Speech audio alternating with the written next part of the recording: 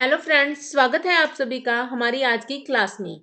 पिछली वीडियो में हमने दिल्ली सल्तनत के फर्स्ट टॉपिक गुलाम वंश के बारे में डिटेल से पढ़ लिया था। आज हम उसी से रिलेटेड इम्पोर्टेंट एमसीक्यूज करेंगे। शुरू करते हैं हमारी आज की वीडियो। दिल्ली का पहला मुस्लिम शासक कौन था? अलाउद्दीन खिलजी, कुतुबुद्दीन ऐबक, सुबुक्तगीन या फिर महमूद? तो दिल्ली का जो पहला मुस्लिम शासक था वो कुतुबुद्दीन ऐबक था। इसने गुलाम वंश की स्थापना की जो कि 1206 से 1290 तक था। और इसमें कुतुबुद्दीन ऐबक का शासनकाल 1206 से 1210 ईस्वी तक था। इसने 4 वर्ष तक शासन किया और यह मोहम्मद गौरी का दास था, इसलिए इसके वंश को दास वंश या गुलाम वंश भी कहा जाता है। हमारा अगला प्रश्न है, गुलाम वंश की स्थापना कब हुई? 1206 ईस्वी में, 1204 ईस्वी में, 1210 ईस्वी में, 1208 ईस्वी में? तो गुलाम वंश की स्थापना 1206 ईस्वी में हुई थी। हमारा अगला प्रश्न है, कुतुब मीनार का निर्माण किसने करवाया? रजिया ने, कुतुबुद्दीन ऐबक ने, बलबन ने या फिर इल्तुतमिश ने? जो कुतुब मीनार का निर्माण कार्य पूरा करवाया था वो इल्तुतमिश ने करवाया था। इसने क्या किया था? इसकी 3 मंजिलों का निर्माण करवाया था।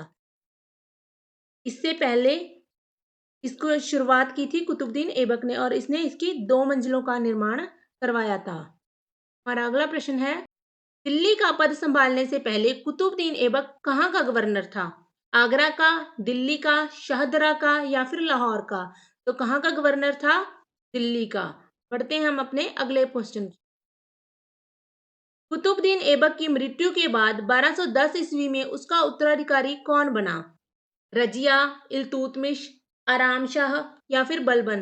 तो उसका उत्तराधिकारी कौन बना था? आराम शाह। और अगला प्रश्न है, गुलाम वंश का अंतिम शासक कौन था? यासुद्दीन बलबन, इल्तुतमिश, नसरुद्दीन महमूद या फिर शम्मुद्दीन कैमुअर्स? तो उसका अंतिम शासक था जो गुलाम वंश का वो था शम्मुद्दीन कैमुअर्स। इल्तुतमिश ने कहाँ पर शिक्षा का केंद्र स्थापित किया? दिल्ली में, आगरा में, शाहदरा में या फिर लाहौर में? तो कहाँ पर स्थापित किया था उसने? दिल्ली में। हमारा अगला प्रश्न है, निम्न में से किस सुल्तान ने खलीफा से शासन का घोषणा पत्र प्राप्त किया? कुतुबुद्दीन ऐबक ने, इल्तुतमिश ने, यासुद्दीन ने, यासुद्दीन बलबन ने, रजिया सुल्तान ने? तो किसने प्राप्त किया था? जो घोषणा पत्र था वो प्राप्त किया था इल्तुतमिश ने। पढ़ते हैं हम अपने अगले प्रश्न की ओर। दिल्ली का सुल्तान बनने से पहले बलबन किसका प्रधानमंत्री था? इल्तुतमिश, आराम शाह, रजिया सुल्तान, कुतुबुद्दीन ऐबक? का एक ऑप्शन और कर लेते हैं, वो होगा नसीरुद्दीन महमूद। तो वो किसका प्रधानमंत्री था? बलबन वो नसीरुद्दीन महमूद का प्रधानमंत्री था। किसने इक्तादारी प्रथा चलाई? रजिया सुल्तान ने, कुतुबुद्दीन ऐबक ने, इल्तुतमिश ने या फिर आराम शाह ने? तो इक्तादारी जो प्रथा चलाई थी वो चलाई थी इल्तुतमिश ने। ने वेतन में धन के स्थान पर क्या देता था? यह भूमि प्रदान करते थे इक्तादारी प्रथा में। अगला प्रश्न है, लाख बख्श के नाम से जाना जाने वाला शासक कौन था? इल्तुतमिश, आराम शाह, कुतुबुद्दीन ऐबक, यासुद्दीन बलबन? तो लाख बख्श के नाम से जाना जाता था कुतुबुद्दीन ऐबक। किस कारण जाना जाता था? अपनी उदारता के कारण। और ये इस एक नाम से और जाना जाता था, उससे क्या बोलते हैं? हातिम ताई। और अगला प्रश्न है, रजिया सुल्तान किसकी बेटी थी? कुतुबुद्दीन ऐबक की, नसीरुद्दीन महमूद की, आराम शाह की या इल्तुतमिश की? तो वो किसकी बेटी थी? इल्तुतमिश की। और इसने 1236 से लेकर 1240 तक शासक बनी थी यह।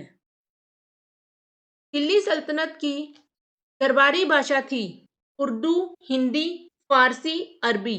तो उनकी जो दरबारी भाषा थी वो क्या थी? फारसी। बढ़ते हैं हम अपने अगले प्रश्न की ओर। निम्नलिखित में से वह दिल्ली का कौन सा सुल्तान था जिसकी मृत्यु चौगान खेलते हुए हो गई थी? और चौगान को क्या बोला जाता था? पोलो बोला जाता था।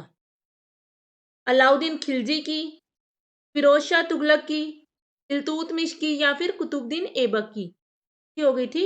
कुतुबुद्दीन ऐबक की मृत्यु पोलो खेलते हुए हो गई थी। सजदा या फिर सिजदा और पेबोस प्रणाली दिल्ली के किस सुल्तान द्वारा शुरू की गई थी? कुतुबुद्दीन ऐबक, अलाउद्दीन खिलजी,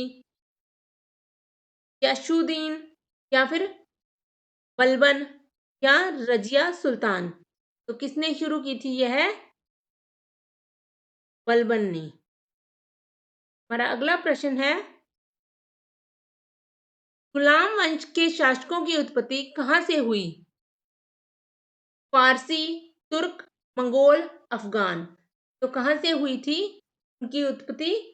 तुर्क। हमारा अगला प्रश्न है, दिल्ली के सुल्तान का पद संभालने से पहले कुतुबुद्दीन ऐबक किस शासक के अधीन मलिक व सिपह सालार के रूप में कार्यरत था? महमूद गजनवी, मोहम्मद गौरी, मोहम्मद बिन कासिम या फिर इनमें से कोई नहीं। तो कुतुबुद्दीन किस शासक के अधीन था? वो था मोहम्मद गौरी के, और वो उसका दास था उससे पहले। कुतुबुद्दीन ऐबक का राज्याभिषेक कहाँ हुआ? दिल्ली में, आगरा में, लाहौर में या फिर शाहदरा में। तो कहाँ पर हुआ था उसका राज्याभिषेक? लाहौर में, और इसने लाहौर को ही अपनी राजधानी बनाया। हमारा अगला प्रश्न है, प्रसिद्ध पारसी पर्व नवरोज को किसने आरंभ किया? इल्तुतमिश, कुतुबुद्दीन ऐबक, गयासुद्दीन बलबन या फिर आराम शाह। तो किसने आरंभ किया था? गयासुद्दीन बलबन ने। हमारा अगला प्रश्न है, निम्न में से किस शासक का कार्यकाल लगभग 4 वर्ष था? बलबन, इल्तुतमिश, आराम शाह या फिर कुतुबुद्दीन ऐबक। तो किसका था 4 वर्ष? कुतुबुद्दीन ऐबक। एक और का भी 4 वर्ष था, वो किसका था? रजिया सुल्तान ने भी 4 वर्ष तक शासन किया था। लेकिन इसमें हमें कुतुबुद्दीन ऐबक दिया है, तो कुतुबुद्दीन ऐबक सही है। और इसे जो कुतुबुद्दीन ऐबक है, इसको कुरान या फिर कुरान खवा के नाम से भी यह प्रसिद्ध था। 2.5 दिन का झोंपड़ा क्या है? मंदिर, संत का झोंपड़ा, मस्जिद, मीनार। तो 2.5 दिन का झोंपड़ा क्या है? एक मस्जिद है, और यह कहाँ पर स्थित है? अजमेर में। निम्नलिखित में से किसने कुतुब मीनार के निर्माण में योगदान नहीं दिया? कुतुबुद्दीन ऐबक, इल्तुतमिश, गयासुद्दीन तुगलक या फिर फिरोज शाह तुगलक। तो किसने योगदान नहीं दिया था? गयासुद्दीन तुगलक ने। कुतुबुद्दीन ऐबक ने इसकी 2 मंजिलें बनवाई, इल्तुतमिश ने इसकी 3 मंजिलें बनवाई, और जो फिरोज शाह तुगलक था, उसने इसके शीर्ष पर बिजली गिर जाने के कारण जब ये नष्ट हो गया था, तो इसका पुनर्निर्माण करवाया था। मंगोल आक्रमणकारी चंगेज खां किसके शासनकाल में भारत आया? अलाउद्दीन खिलजी, कुतुबुद्दीन ऐबक, इल्तुतमिश या फिर गयासुद्दीन बलबन। तो वह आया था इल्तुतमिश के शासनकाल में भारत। तुर्कान चहलगानी का गठन किसने किया? तुर्कान ए चहलगानी। कुतुबुद्दीन ऐबक, इल्तुतमिश, गयासुद्दीन बलबन या फिर अलाउद्दीन खिलजी। तो किसने किया था इसका गठन? इल्तुतमिश ने। इसमें क्या होता था? यह 40 अमीर तुर्कों का समूह था।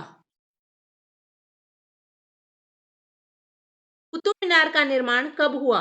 9वीं शताब्दी में, 10वीं शताब्दी में, 11वीं शताब्दी में या फिर 13वीं शताब्दी में। तो कुतुब मीनार का निर्माण 13वीं शताब्दी में हुआ था। कुब्बत उल इस्लाम मस्जिद का निर्माण किसके द्वारा किया गया था?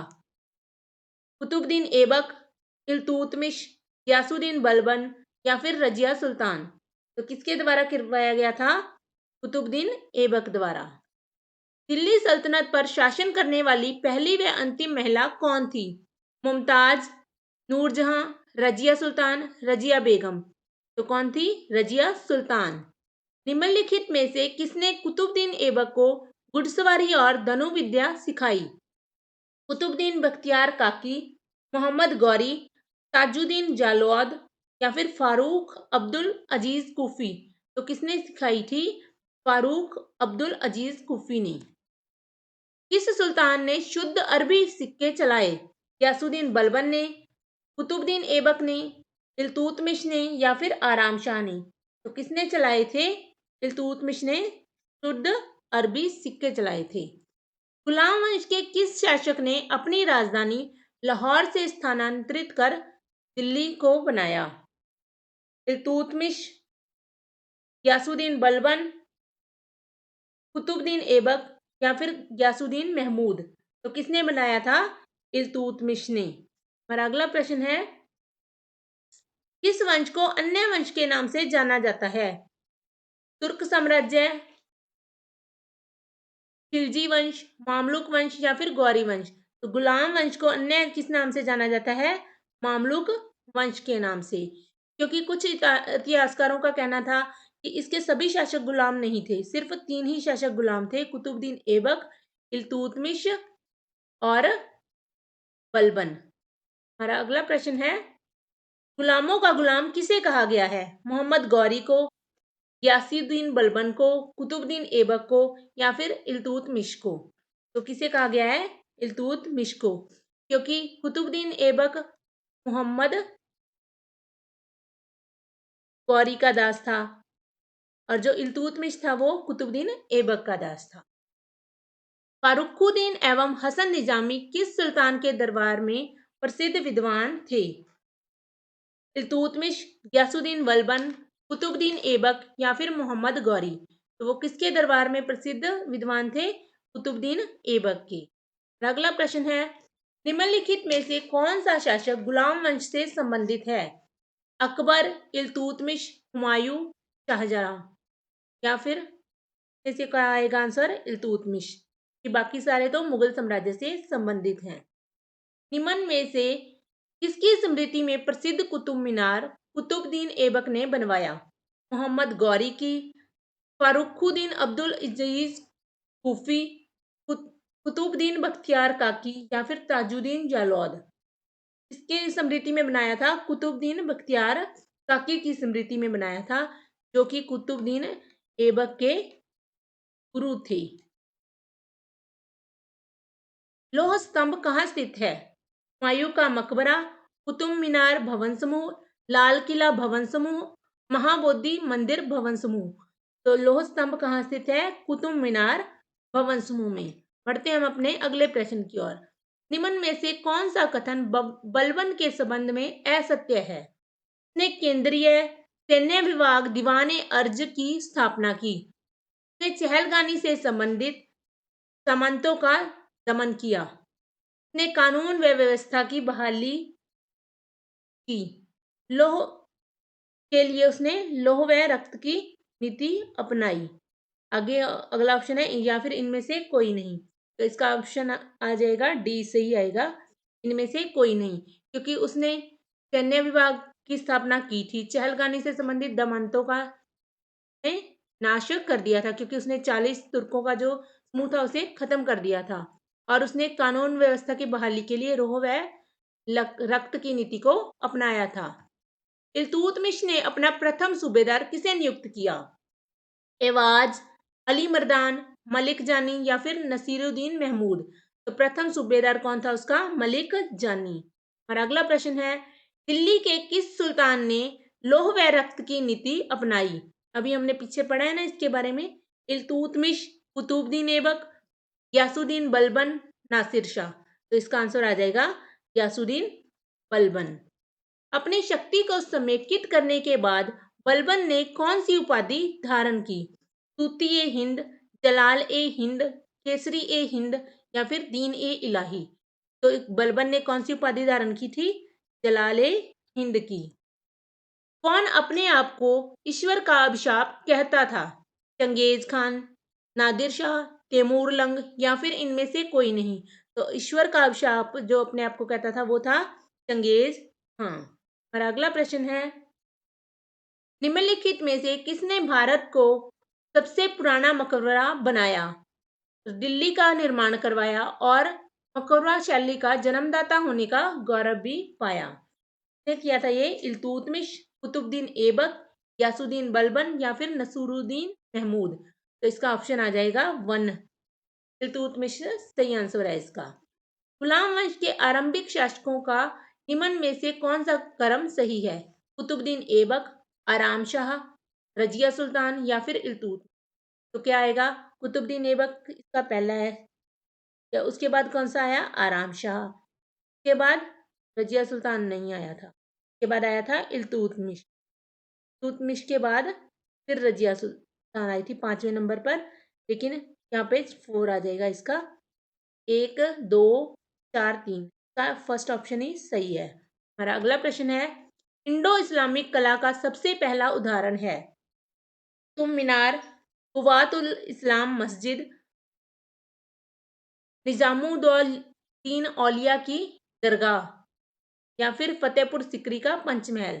तो इसका आंसर आ जाएगा कुव्वत उल इस्लाम। यह इंडो इस्लामिक कला का सबसे पहला उदाहरण है। कुतुब मीनार के संबंध में निम्नलिखित में से कौन सा कथन सत्य नहीं है? यह इल्तुतमिश द्वारा पूरी की गई थी। यह सही है। इसकी 4 मंजिलें हैं। इसकी कितनी मंजिलें थी? इसकी 5 मंजिलें। यह गलत है। हमारा ऑप्शन बी इसका आंसर आ जाएगा। आगे ऑप्शन पढ़ लेते हैं एक बार। आरंभिक 3 मंजिलों की योजना में भिन्नता है, ये भी ठीक है। ऊपर की ओर इसकी परिधि क्रमशः कम होती जाती है, ये भी ठीक है। तो हमारा बी ऑप्शन ही इसका राइट ऑप्शन। और अगला प्रश्न है, कुतुब मीनार के पास स्थित मेहरौली पिलर प्राथमिक रूप से किस कारण प्रसिद्ध हुआ? पत्थर की पर हुई कटाई की कारीगरी के कारण, लोक प्रसिद्ध ऊंचाई के कारण, शीर्ष पर बुद्ध की प्रतिमा के कारण या फिर उत्कृष्ट गुणवत्ता के इस्पात के कारण। तो इसका आंसर आ जाएगा डी, उत्कृष्ट गुणवत्ता की इस्पात के कारण।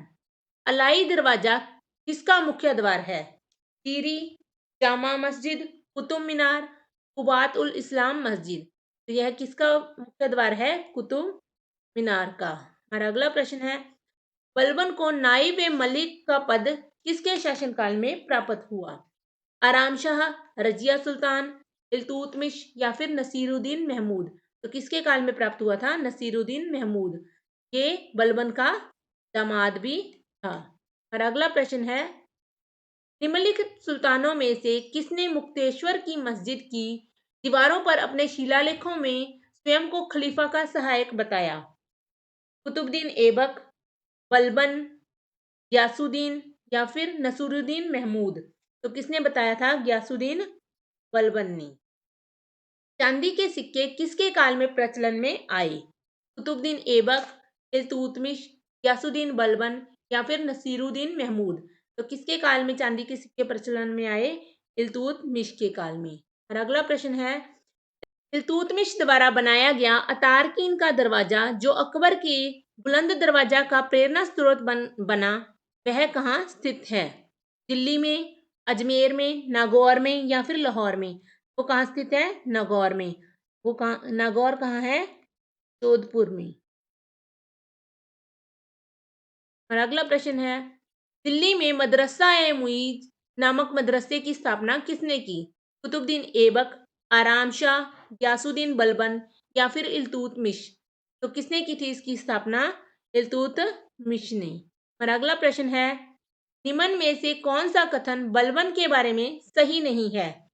दरबारी वैभव, चालीसिया का सुदृढ़ीकरण, अफरासियाब वंश से संबंध या फिर एकता का पुनर्गठन। इसके बारे में कौन सा सही नहीं है? चालीसा का सुदृढ़ीकरण, क्योंकि इसने चालीसा को समाप्त कर दिया था। निम्नलिखित में से कौन सा कुतुबुद्दीन ऐबक द्वारा निर्मित नहीं करवाया गया? 2.5 दिन का झोंपड़ा, कुतुब मीनार, कुबातुल इस्लाम मस्जिद या फिर अलाई दरवाजा। तो इसमें से किसे नहीं इसने बनाया? कुतुबुद्दीन ऐबक ने अलाई दरवाजे को। हमारा अगला प्रश्न है, 2.5 दिन का झोंपड़ा मस्जिद में प्रयुक्त प्रस्तर खंडों में निम्न में से किस नाटक के अंश अंकित हैं? मालती माधव, हरकेली, सारीपुत्र प्रकरण या फिर प्रबोध चंद्रोदय। तो इसका आंसर आ जाएगा हरकेली।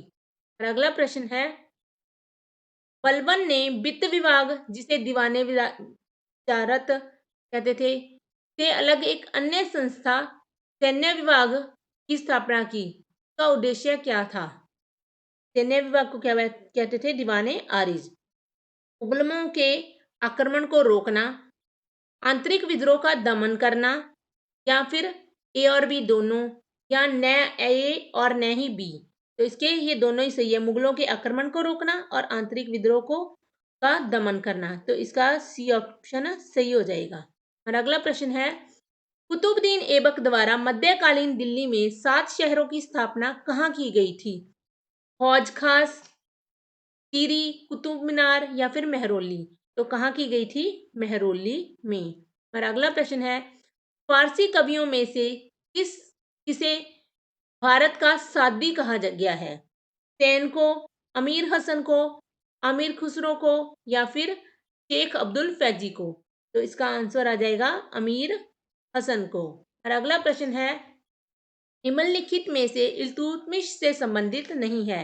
उसने दिल्ली को अपनी राजधानी बनाया, टका व जितल मुद्रा चलाई, ये भी सही है और ये भी सही है। खलीफा से खिलियत प्राप्त की, ये भी ठीक है। दीवाने आरिज विभाग की स्थापना की, ये सही नहीं है, उसके बारे में ये है नहीं है। तो इसका आंसर आ जाएगा डी। और अगला प्रश्न है, निम्नलिखित में से किसने चालीसा दल का पूर्णतः सफाया कर दिया?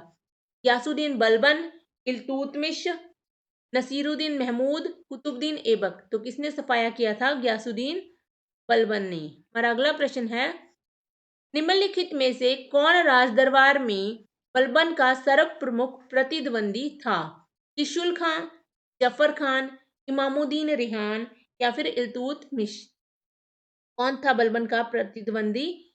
इमामुद्दीन रिहान। और अगला प्रश्न है, किसके ने राजदरबार में सिजदा, घुटनों पर बैठकर शीश निभाना और पेवेओस की परिपाटी चलाई? इल्तुतमिश ने, गयासुद्दीन बलबन ने, नसीरुद्दीन महमूद ने, या फिर कुतुबुद्दीन ऐबक ने। तो किसने चलाई थी? यह गयासुद्दीन बलबन ने। बलबन ने अपने को कुलीन साबित करने के लिए शाहनामा में वर्णित किस प्रसिद्ध तुर्की योद्धा के वंशज होने का दावा किया है?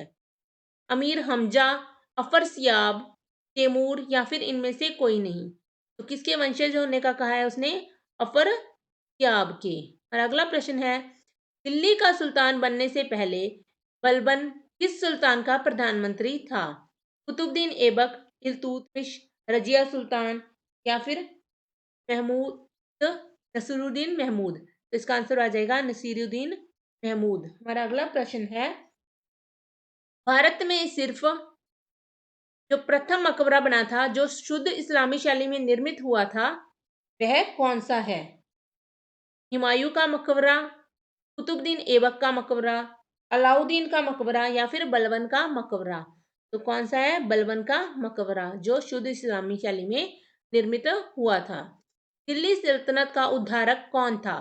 कुतुबुद्दीन ऐबक, गयासुद्दीन बलबन, नसीरुद्दीन महमूद, या फिर इल्तुतमिश। तो दिल्ली सल्तनत का उद्धारक किसे कहा जाता है?